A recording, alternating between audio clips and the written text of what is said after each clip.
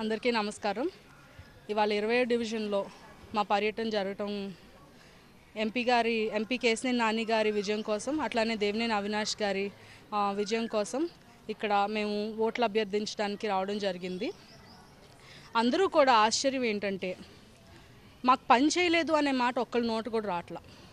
ఇంత చేశారు, ఇంకొంచెం మాకు ఇబ్బంది ఉంది, ఇది కూడా చేసి పెట్టండి అన్నట్టుగా రిక్వెస్ట్ చేస్తున్నారే కానీ ఎవరి మొహంలోనూ కూడా ఆనందం లేకుండా లేదు. ఈరోజు మాకు పర్యటనలో ఎంత ఆనందంగా ఘన స్వాగతం పలకడం చూస్తుంటే వీళ్ళిద్దరూ తప్పకుండా గెలుస్తారు జగన్ గారి ఆధ్వర్యంలో అని చెప్పి ఒక నమ్మకం కుదురుతుంది.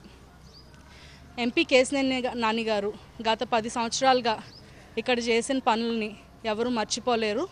ఒక ఇంటికి వెళ్తే నాకు చెప్పడం జరిగింది, నాని గారి నైజం మాకు తెలుసు, ఆయన ఏంటో మేము ఇప్పుడు ఇన్నేళ్ళ నుంచి చూస్తున్నాము, ఆయన నమ్ముకున్న సిద్ధాంతాన్ని నమ్ముకున్న విలువల్ని తప్పకుండా పనిచేస్తారు, అందుకని ఆయనకే మళ్ళీ గెలుపు పొందుతారని చెప్పి చెప్పడం జరిగింది. అట్లానే దేవినేని అవినాష్ గారు గత 5 సంవత్సరాలుగా ఇక్కడ మన విజయవాడ ఈస్ట్లో ఎంత కష్టపడి పనిచేశారో కూడా మాకు బాగా కొట్టినట్టు చెప్తున్నారు. ఆయన్ని అందరూ కూడా చాలా బాగా ఓన్ చేసుకున్నారు. మాకు ఇన్నిసార్లు కనిపిస్తాడు బాబు, ప్రతిపక్షాలు అసలు మాకు కనిపించట్లేదు. గత 5 సంవత్సరాలుగా ఎమ్మెల్యే గద్దె రామ్మోహన్ గారిని చేసినా కూడా ఆయన ఎప్పుడు మాకు కనిపించడం కూడా జరగలేదు. ఈ 5 సంవత్సరాల్లో కరోనాలో ఆయన అసలు ఎక్కడున్నారో కూడా తెలియదు, మేము అందరం చావులను చూస్తుంటే అన్నట్టుగా మాట్లాడారు.